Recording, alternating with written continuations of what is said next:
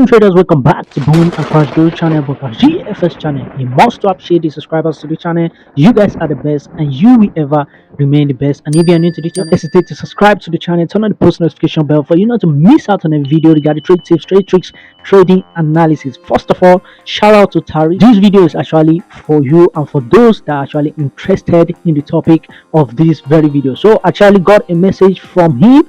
He actually messaged me on Twitter asking a particular question which actually brought about this video. You can as well follow me up on Twitter. So the handle to my Twitter is displayed for us on the screen. So this is the question, and you get the question as well, displayed for us on the screen. So the question goes like this. It says that, is it true that supports do change to resistance and resistance change to support? I believe most of us will definitely benefit from this video. Why? Because it's going to be an interesting one and educative one as well, because once we embark on our forex journey, there we started hearing some terminologies in forex, most especially when it comes to support and resistance. So basically the talking points of this video will actually be built around this very question, which says, is it true that support actually changed to resistance and resistance actually changed support? So basically I'll be talking about that and why, what is the reason behind support being changed to resistance and resistance being changed to support. And most important, we have to know what exactly we are talking about when it comes to support and resistance. So without wasting much of our time, let's dive quickly into the talking point. Raul.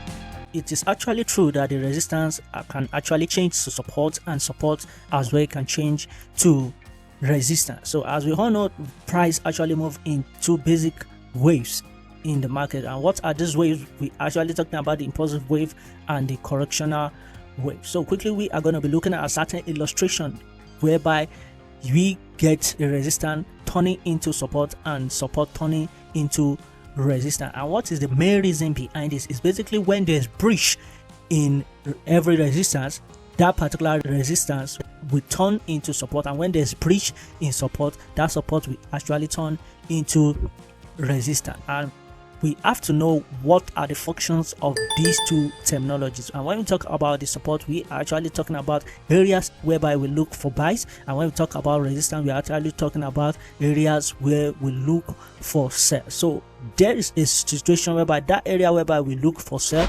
can actually turn into area whereby we wash out for buy, and the area whereby we wash out for buy can turn into a situation whereby we wash out for sell. So quickly we are going to be checking certain illustration on this market, and I'll be showing us a basic examples how supports turn into resistance and how resistance turn into support. So let's clear up the chart and let's take away the candle.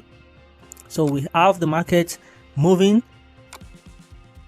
like this: impulsive wave, correctional wave, impulsive wave, correctional wave, impulsive wave. So this is what area of support. This always an area of support, area of support, area of support. Why this area of resistance, area of resistance, area of resistance? So as we have this market forming this kind of structure whereby it's forming higher highs, higher lows, at this level we watch out for a buy, and at this very point we watch out for a sell. And once the market actually retreats and give a correction, we watch out for a buy at this level. And once we get a breakout, formally this is a resistance whereby we watch out for a sell. But once we get a retest on that particular zone, that place turn to be our support, and we watch out for a buy at that very zone. So this is one example whereby we have a resistance turning into a support for us, and we have another situation whereby we have the market making a consolidation. So at this level, this is our resistance level whereby we watch out for a sell, and at this zone, this is our level, our support level whereby we watch out for a buy. So in a situation whereby we get a breakout of this zone, what we are watching for is a retest of that zone. So at that particular point, this zone has become what? Has become a resistance level for us to watch out for itself. And a situation whereby we get a breakout of the resistance here, and once we get our retest of that zone, so this particular level has become a support for us whereby we watch out for a buy at that very zone. So this is basically a scenario or a basic instance whereby support turn into resistance and resistance turn into support. So let's go straight into the chart and see a typical example of this situation in the market. So guys, like I said, it's going to be real quick. We are going to be looking at certain examples whereby resistance actually changed to support and support actually changed to resistance in the market, as I've explained with that particular short illustration. So we are going to be back testing the market and see the scenario whereby we have resistance actually changing to support. So we are going to be marking out our major resistance in the market, whereby we have this resistance here, you have this resistance here, we have this resistance here, we have this resistance here, and also we have this support, we have also this support, and we have this support. So typically this market is actually a downtrend formation whereby the market is actually formed, you know, the lower highs, the lower highs, the lower low, the low highs, the lower low, the lower highs, and the lower lows. So as you can see, as we have this resistance, we have this resistance. This is a resistance whereby we look out for what? We look out for sell, and this actually is support whereby we look out for a buy. Typically, in a normal sense, what price gets to this level, we are to be watching out for what? For buy to set back to this zone. But what happened? The market actually broke through this support, which render this level now, this support level, to be a watch level for the price to retest and make that zone what? A resistance zone. Make that zone a resistance zone. And what happened? The price actually went back to retest that zone and render the zone now what? Render the zone a resistance. Render the zone resistance. Resistance. So as you can see, this particular support is actually changed to this support. Actually changed to what we have. We have resistance.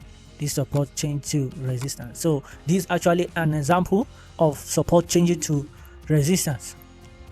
And as we have it as well, same example, same thing actually goes with this. You see this support, you see this support here, this particular support, and as the price went back to that zone, the price actually changed to what? It changed to resistance. So basically that's how you find the support zone in the market changing to resistance zone. You find the resistance zone in the market changing to support zone. So it's basically simple. It's just following the the breakout and retest phenomenon in the market. That's just it. So let's check out for another example.